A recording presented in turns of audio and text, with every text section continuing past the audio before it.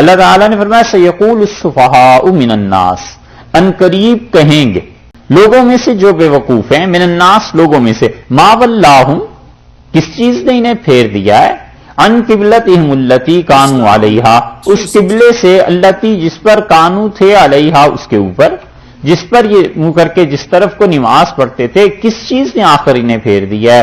قل للہ المشرق والمغرب، یہ پہلا جواب دیا۔ آپ کہہ دیں اللہ ہی کے لیے مشرق ہے اور اللہ ہی مغرب کا مالک ہے، جدھر بھی وہ حکم کرے، جدھر منہ پھیرنے کو کہے، یہدی من یشاء الی صراط مستقیم، اور وہ ہدایت دیتا ہے جس کو چاہتا ہے سیدھے راستے کی طرف، اس لیے تمہیں اعتراض کرنے کا کوئی حق نہیں پہنچتا۔ مشرق اور مغرب سمتیں اس کی ہیں، جہتیں اس کی ہیں، تم کیسے کہہ سکتے ہو؟ یہاں پر جو ارشاد فرمایا سیقول السفہاء، یہ یقول جو ہے یہ کون سا صیغہ ہوگا؟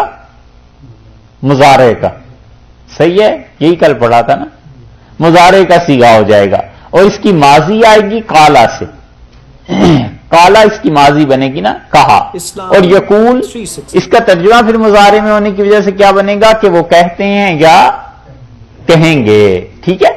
اچھا، اگر اس یقول کا ترجمہ یہ مانا جائے کہ یقولو وہ کہتے ہیں تو پھر بھی بات ٹھیک ہے، سمجھ میں آتی ہے کہ رسول اللہ صلی اللہ علیہ وسلم کے سامنے یہ باتیں ہو رہی، یقولو وہ کہیں گے، تو اس کا مطلب یہ ہے کہ مستقبل میں یہ چیز پیش آنی ہے، تو آیت پہلے نازل ہو گئی، حکم بعد میں نازل ہو۔ سیقول السفہاء، ان قریب، سین اور صوفہ کا جو لفظ ہے نا، صوفہ کا یا سین کا، اس کا مطلب ہوتا ہے ان قریب، یعنی جلد ہی، سون، یہ کہیں گے، یہ اعتراض کریں گے، اس کا مطلب یہ کہ آیت پہلے نازل ہوئی اور یہ مستقبل میں ایسی چیز پیش آنی تھی، تو اللہ نے پہلے ہی بتا دیا کہ دیکھیے ان قریب یہ بات اٹھے گی، یہ بات لوگ کہیں گے۔ بعض مفسرین جو ہیں وہ اس کی طرف گئے ہیں کہ وہ کہتے ہیں اصل میں یہ ماضی ہے، یقول تو کہا ہے اللہ نے لیکن مراد اس سے ماضی ہے، یعنی کہا ان لوگوں نے، اعتراضات شروع ہو گئے، پھر اللہ نے یہ آیت نازل کی۔ تو دو صورتوں میں سے ایک صورت ہو سکتی ہے، یا تو یہ کہ آیت پہلے نازل ہو گئی، اعتراضات بعد میں ہوئے، کہ ان قریب یہ لوگ اب کہنا شروع کریں گے آپ، یعنی ان قریب ہم قبلے کی تبدیلی کا حکم دے رہے ہیں اور یہ اعتراضات شروع ہو جائیں گے، پہلے سے آپ کو ذہنی طور پہ تیار کر دیا گیا۔ یا پھر دوسری بات یہ کہ قبلے کی تحویل، قبلے کا پھرنا، یہ پہلے نازل ہو گیا، اور اللہ تعالیٰ نے فرمایا سیقول السفہاء، بے وقوفوں نے اب کہا ہے نا، بے وقوف اب کہتے ہیں، یا کہا انہوں نے ماضی کے معنی میں، جس طرح بھی کر لیں، دونوں طرف مفسرین گئے ہیں۔ اس لیے ماضی کے معنی میں تو یہ آ جائے گا کہ ہم تو جانتے ہی تھے کہ یہ لوگ کہیں گے، ایسی تفسیر ہو جائے گی، اور مستقبل کے معنی میں ضرور یہ ان قریب اب کہیں گے، دیکھیے گا آپ، یہ کہنا شروع کریں گے، سیقول السفہاء، کہیں گے وہ لوگ جو بے وقوف ہیں۔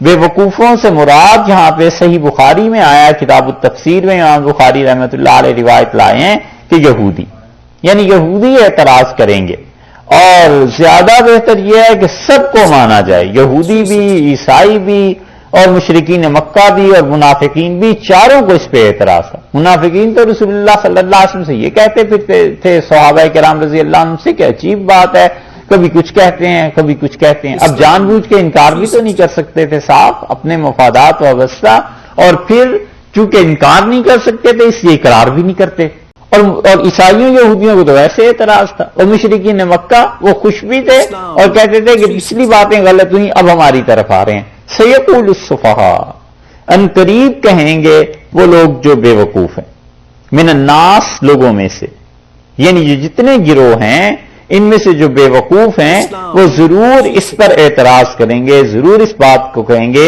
کہ ما ولاہم، کیا چیز تھی، ما سوال کے لیے استعمال ہوا، ما ولاہم یعنی ان کو کس چیز نے پھیر دیا، کس چیز نے، طنز کے طور پہ کہتے ہیں، استہزاء، ہنسی اڑانے کے لیے، مذاق کے لیے، ما ولاہم عن قبلتہم، کس چیز نے انہیں ہٹا دیا ہے اس قبلے سے۔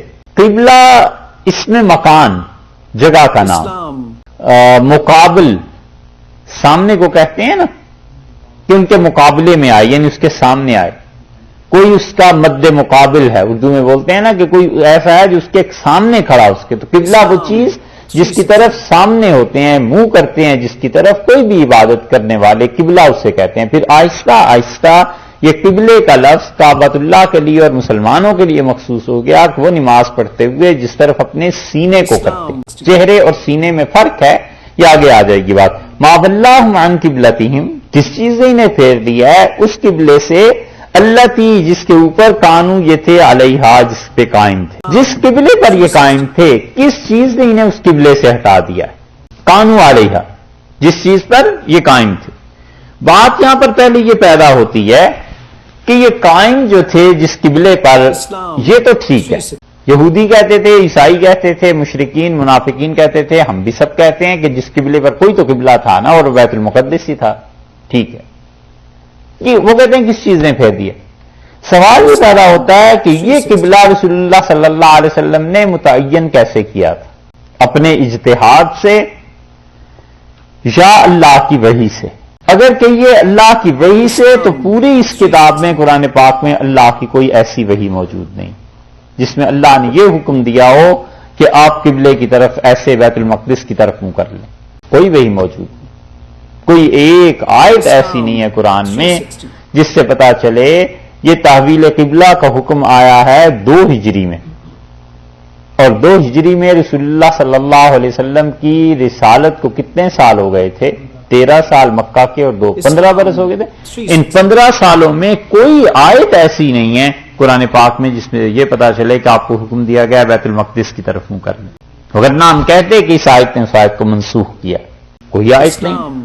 اس کا مطلب یہ ہے کہ حضرت صلی اللہ علیہ وسلم نے اللہ کے حکم سے کیا، مگر ایسا حکم ہے جو قرآن میں نہیں ہے، اور یہی چیز سنت ہے، یہی چیز اجتہاد کے درجے میں ہے. تو معلوم ہوا کہ رسول اللہ صلی اللہ علیہ وسلم کا اپنا اجتہاد وہ قابل عمل ہے جب تک کہ اس کی تردید وحی نہ کر دے. جیسے بدر کے قیدیوں میں اجتہاد وہ بھی آپ کا اپنا تھا، لیکن اللہ کی طرف سے وحی آ گئی کہ بھئی یہ بات درست نہیں ہے، تو ہٹا دیے گئے اس سے. اور یہ دلیل ہے اس کی کہ اللہ کی کتاب سنت، اللہ کی کتاب قرآن حدیث کو منسوخ کر سکتا ہے، رسول اللہ صلی اللہ علیہ وسلم کے اجتہاد کو کینسل کر سکتا ہے. اللہ کا یہ حکم جب نازل ہوا ہے تو ظاہر ہے جو آپ نے اجتہاد کیا تھا اس اجتہاد کو اس نے منسوخ کر دیا، کینسل کر دیا. یہاں سے پتا چلتا ہے. اس لیے جو لوگ کہتے ہیں نا کہ حدیث کوئی درجہ نہیں ہے، کوئی مقام نہیں ہے، انہیں سوچنا چاہیے کہ مسلمان یہ جو 15 برس 17 برس جو نمازیں پڑھتے رہے ہیں، 15 برس نمازیں پڑھتے رہے ہیں، یہ 15 سال کی ان کی نمازیں کس قانون کے تحت تھیں؟ اگر حدیث کا کوئی مقام اور معیار ہی نہیں ہے اور رسول اللہ صلی اللہ علیہ وسلم کے اجتہاد کی کوئی اہمیت ہی نہیں ہے، تو یہ اتنے سال نمازیں کس چیز پہ پڑھتے رہے؟ قبلہ کون سا تھا؟ اور ظاہر ہے کہ وہ حدیث سے ہی معلوم ہوا تھا. تو ارشاد فرمایا ما ولاہم عن قبلتہم التی کانوا علیہ، کس چیز نے انہیں گھما دیا، پھیر دیا ہے اس قبلے سے جس پر تھے. اب اللہ نے اس کا جواب دیا. اللہ تعالی نے فرمایا ہے قل للہ المشرق والمغرب، ان سے کہیے کہ سمتیں اور جہتیں وہ مشرق ہو یا مغرب ہو وہ سب اللہ کی ہیں. مشرق بھی اللہ کا ہے، مغرب بھی اللہ کا ہے. مسلمان پہلے ادھر منہ کر کے نماز پڑھ رہے تھے تو بھی اللہ ہی کے حکم کی اطاعت کر رہے تھے. اب ادھر منہ کر کے نماز پڑھ رہے ہیں، یہ بھی اللہ ہی کے حکم کی اطاعت کر رہے ہیں. یہ نہیں ہے کہ انہوں نے اپنی پاس سے کوئی ایسی چیز بنا لی ہے. جدھر اللہ حکم کرے گا ادھر کو جھکنا ہے. اور سمتوں کا تو کوئی سمت کا تو کوئی اعتبار نہیں کہ مشرق مقدس ہے یا مغرب مقدس ہے. اصل چیز اللہ کا حکم قابل اتباع ہے کہ اللہ کے حکم کی پیروی کی. یہ جواب دیا. یہدی من یشاء، اور ہدایت دیتا ہے وہ جسے چاہتا ہے، الی صراط مستقیم، سیدھی راہ کی طرف. اللہ جسے چاہتا ہے ہدایت دے دیتا ہے.